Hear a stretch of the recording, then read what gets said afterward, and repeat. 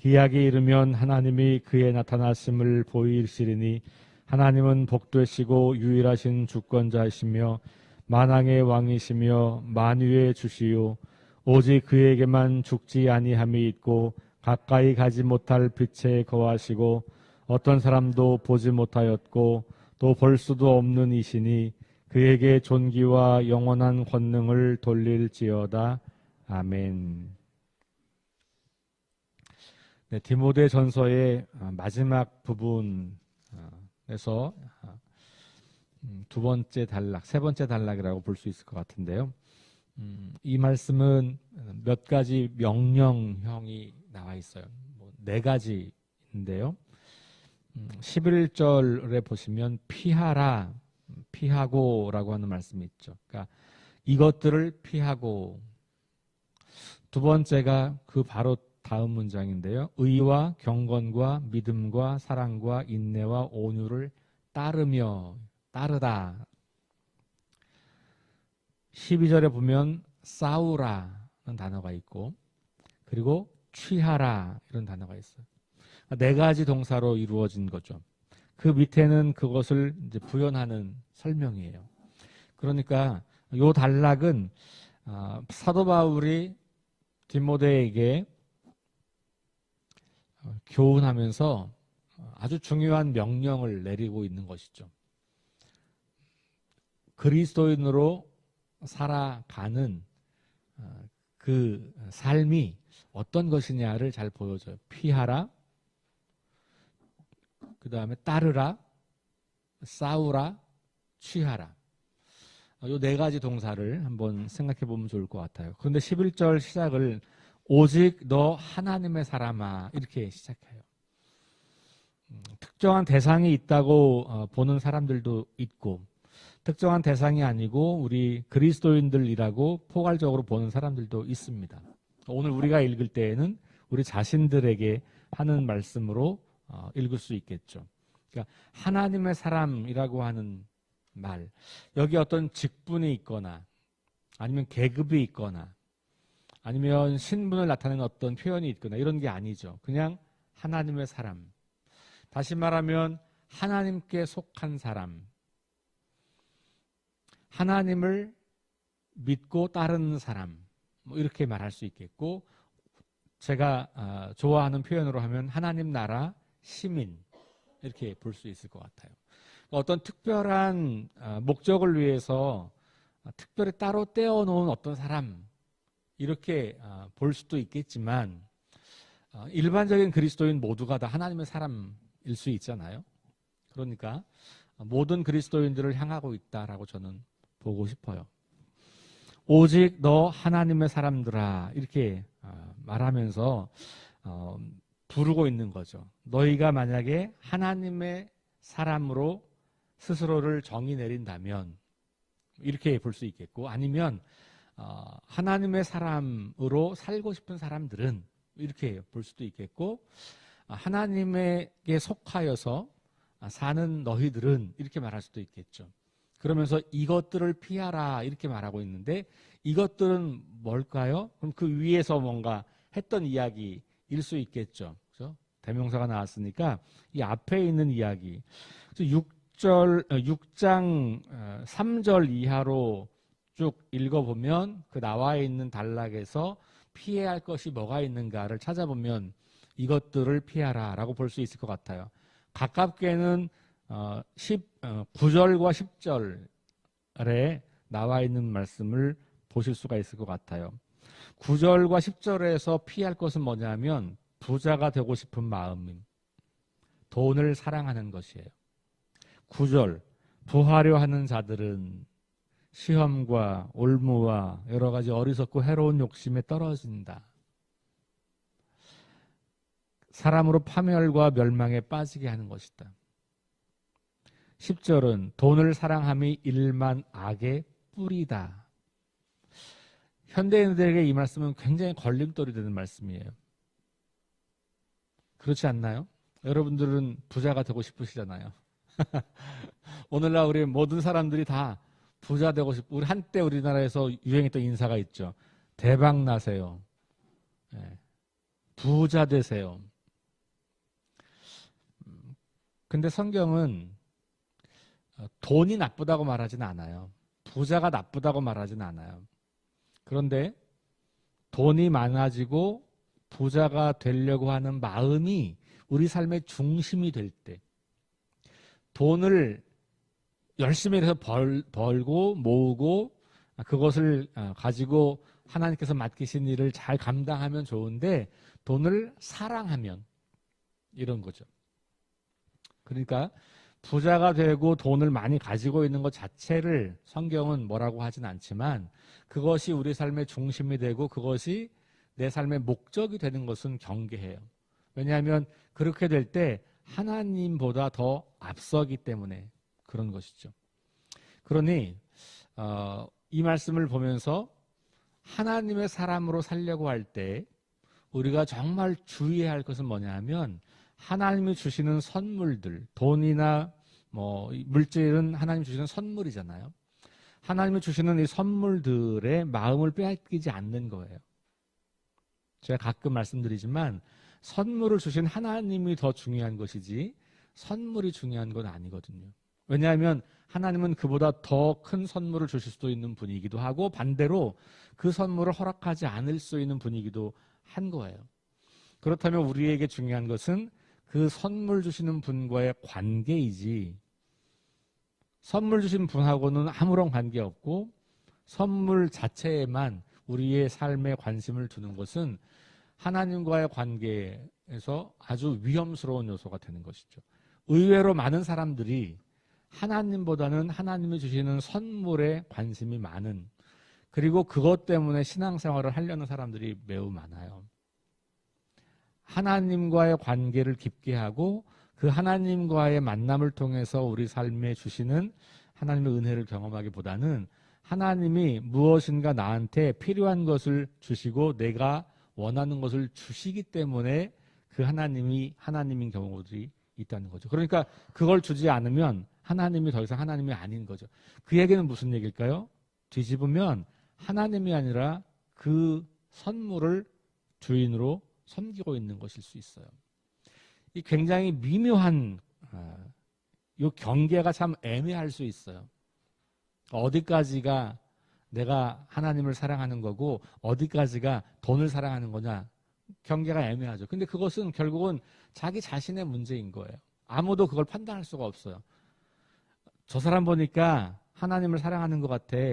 저 사람 보니까 돈을 사랑하는 것 같아. 그걸 다른 사람들이 판단하기는 쉽진 않아요. 물론 보이긴 하겠지만 그러나 그 본래의 그 마음과 동기를 결국은 자기 자신이 알고 하나님이 아는 거죠.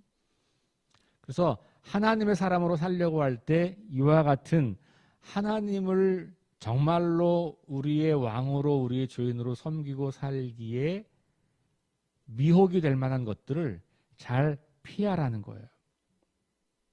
두 번째는 따르라 그랬잖아요. 의와 경건과 믿음과 사랑과 인내와 온유를 따르라. 의와 경건과 믿음과 사랑과 인내와 온유 여러 가지 이야기가 나와 있습니다만 우리 그리스도인들이 이 땅을 살아가면서 살아야 하는 삶의 원리들이에요. 의라고 하는 것은 바른 것이잖아요. 그러니까 정직하고 거짓이 없고 이런 거예요. 근데 돈을 사랑하고 부자가 되려고 하면 이것을 포기하기가 쉬워요. 왜냐하면 돈을 사랑하고 부자가 되려고 하는 이게 목적이 되면 이게 삶의 궁극적인 목적과 이유가 되면 거짓을 하더라도 돈을 버는 게 좋은 거라고 생각하게 되는 거예요. 그러니까 오늘날 이 세상에 돈 때문에 사람들이 얼마나 추악한 일을 저지르는 것을 보게 되잖아요. 그게 왜 그럴까요? 그게 바로 부자가 되려고 하고 돈을 사랑하는 것 때문에 오는 일들이거든요. 경건, 마찬가지로 경건 하나님과의 관계를 누리는 것이잖아요.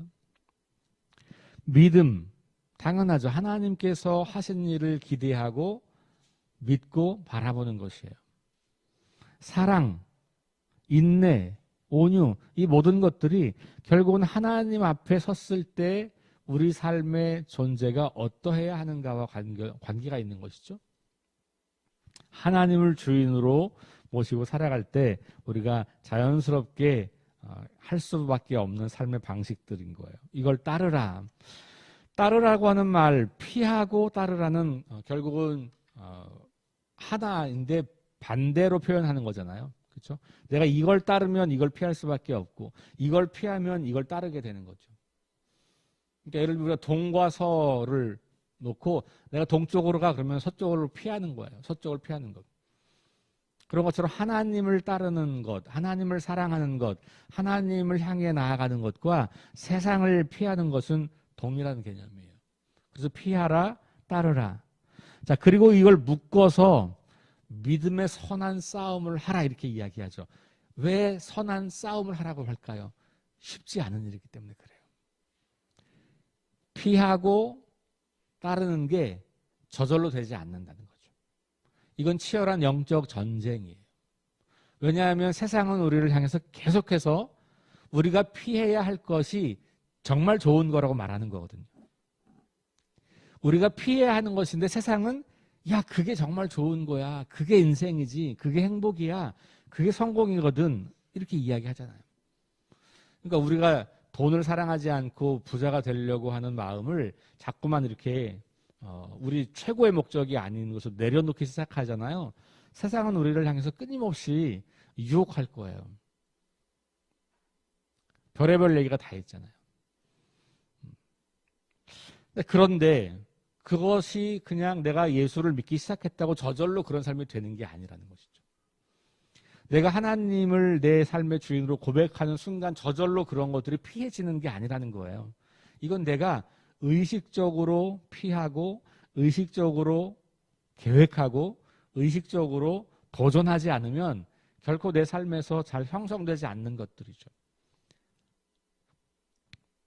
마찬가지 따른다고 하는 것 마찬가지. 세상은 이것을 피하고 있기 때문에 우리가 이걸 따를 때 세상에서 굉장히 많은 불편함과 손해가 우리 삶에 오는 거예요.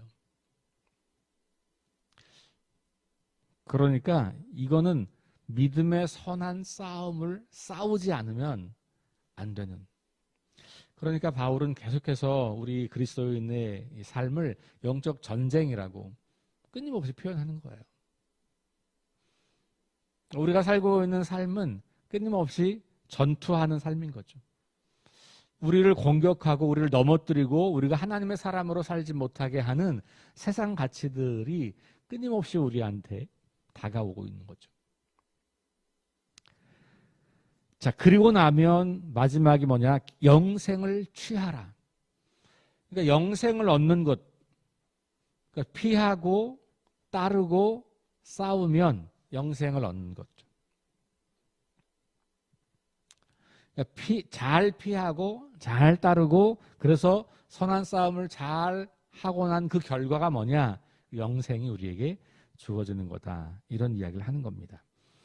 자, 그러면서 뭐라고 말하냐? 내가 부르심을 받았다. 이를 위하여. 이를 위하여 네 가지 동사를 다 말할 수도 있고 마지막 이 네 가지 동사가 마지막 취하라는 것과 연결되니까 마지막 동사 하나라도 볼 수 있을 것 같아요. 어쨌든 피하고 따르고 싸워 영생을 얻는 것. 이거 말하는 거예요. 이것을 위해서 내가 부르심을 받았고 많은 증인 앞에서 선한 증언을 하였도다. 그러니까 우리 삶의 목적이 여기 있다는 거예요. 부르심을 받았다고 하는 말은 우리 삶의 이유와 목적이거든요. 자, 그러면서 그것은 이미 예수님께서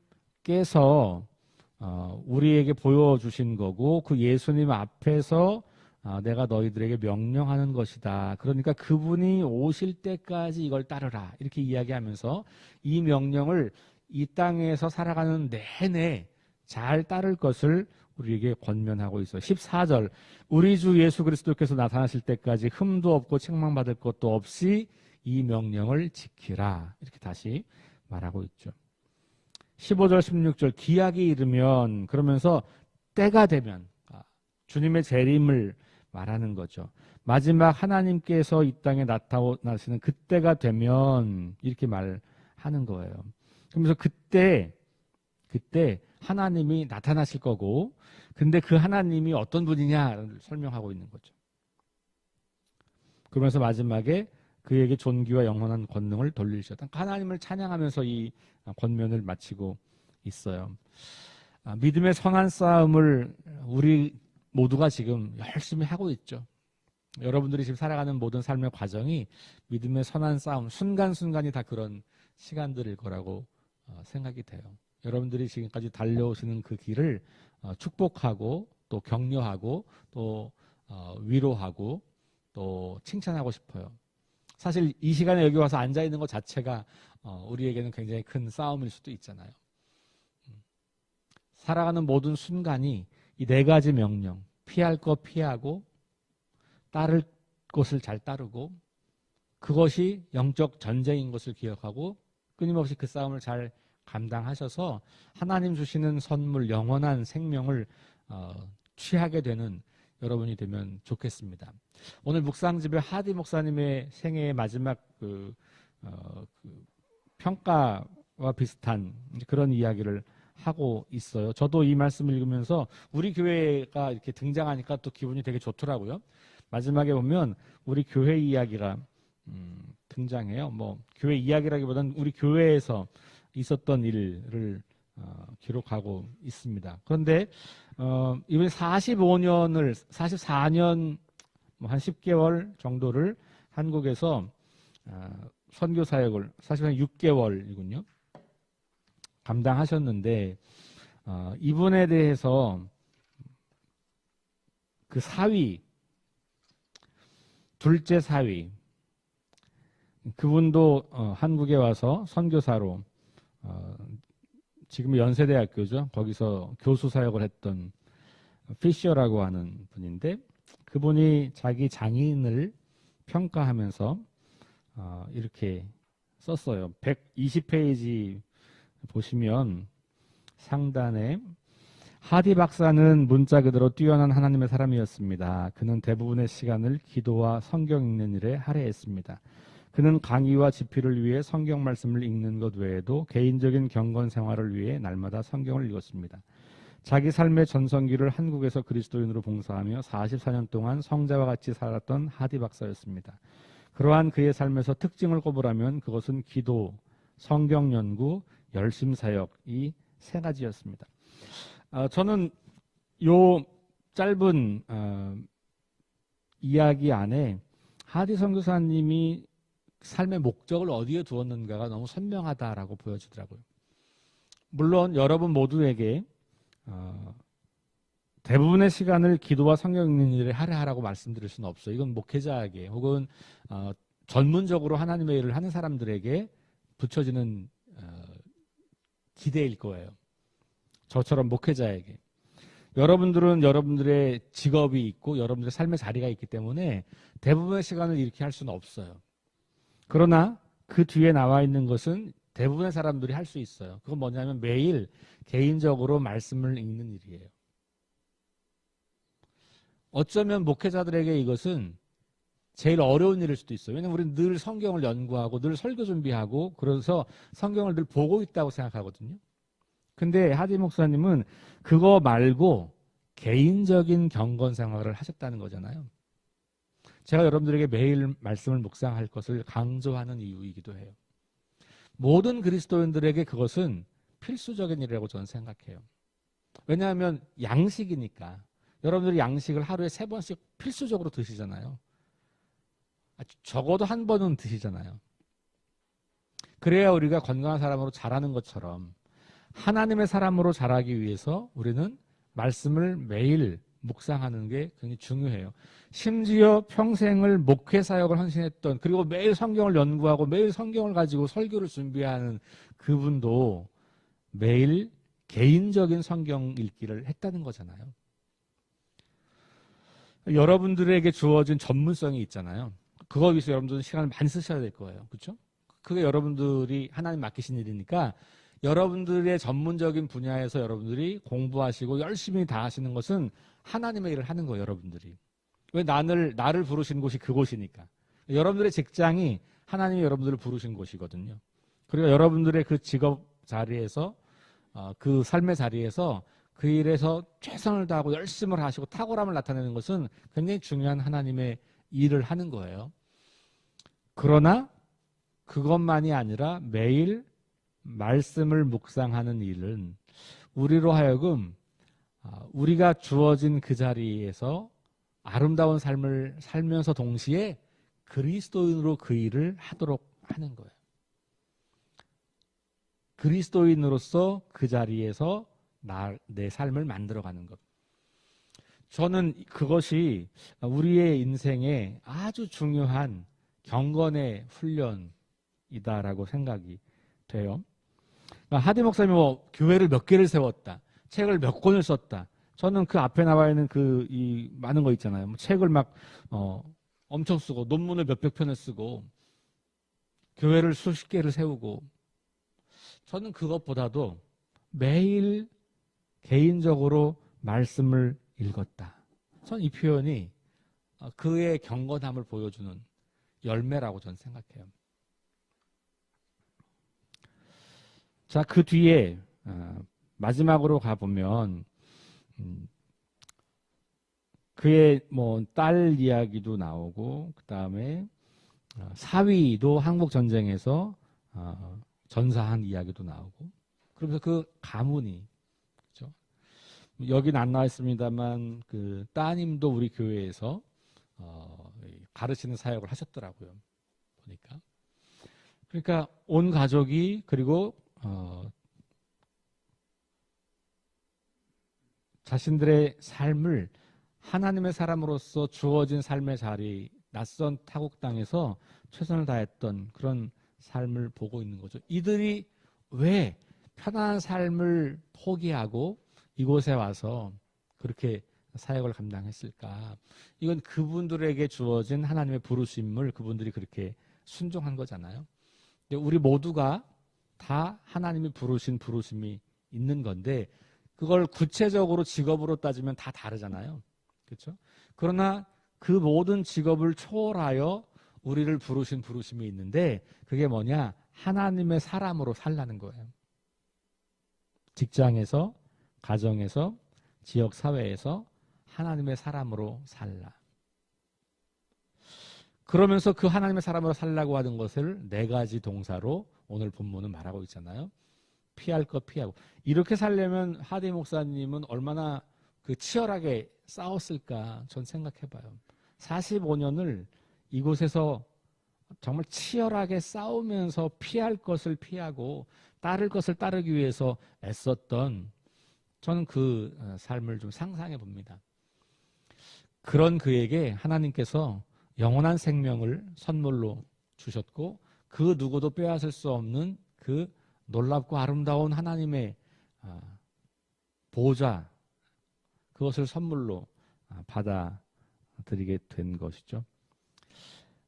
오늘 이 디모데에게 권하는 바울의 권면과 우리 하디 목사님의 삶을 잠깐이지만 생각하면서 나는 남은 내 평생을 어떻게 살아갈 것인가, 어떻게 하나님의 사람으로서 피할 것을 피하고 따를 것을 따르고, 그리고 선한 싸움을 잘 싸워서 나도 영생을 취하는 인생을 살게 될 것인가, 스스로 생각해 보시고 결단하시고 오늘 하루를 살아가는 여러분들 수 있기를 주의 이름으로 축원합니다. 기도하겠습니다.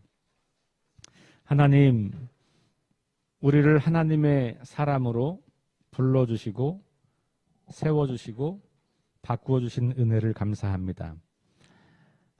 말만, 이름만 하나님의 사람이 아니라 하나님께로부터 오는 선물에만 관심 있는 사람들이 아니라 정말로 우리의 존재가 하나님께 속한 사람, 하나님의 자녀, 하나님 나라 시민다운 그런 삶을 살아가는 우리 모두가 될 수 있도록 인도해 주옵소서. 그러기 위해서 바울의 권면처럼 피할 것을 피하고, 그리고 따라야 할 것들을 따르고, 그것을 하기 위해서 끊임없이 선한 싸움을 싸우며 마지막 주님 나타나실 그때에 영원한 생명을 누리게 되는 그 축복을 다 함께 누릴 수 있도록 인도해 주옵소서. 낯선 땅에 와서 45년이라고 하는 긴 세월을 땀 흘려 수고하며 수많은 교회를 세우고 수많은 책들과 논문들을 통해서 한국 교회 리더들을 양성했던 우리 하디 목사님의 삶을 바라봅니다. 그 어려웠던 시기에, 그 고난의 시기에 낯선 땅에 와서 피할 것을 피하고 따를 것을 따르며 믿음의 선한 싸움을 감당했던, 그리고 지금은 하나님 품에 영원한 안식을 누리며 천국의 기쁨을 맛보고 있을 우리 하디 목사님을 생각해 봅니다. 그러면서 우리가 우리에게 주어진 인생, 우리에게 남은 삶을 돌아봅니다. 하나님, 우리도 하나님의 사람으로서 우리가 피해야 할 것들을 피하고 우리가 따라야 할 하나님 나라 가치를 따라가면서 믿음의 선한 싸움을 잘 감당할 수 있도록 도와주시고, 그리하여 우리 모두가 영원한 생명을 누리며 차지하게 되는 은혜를 맛볼 수 있도록 함께하여 주옵소서.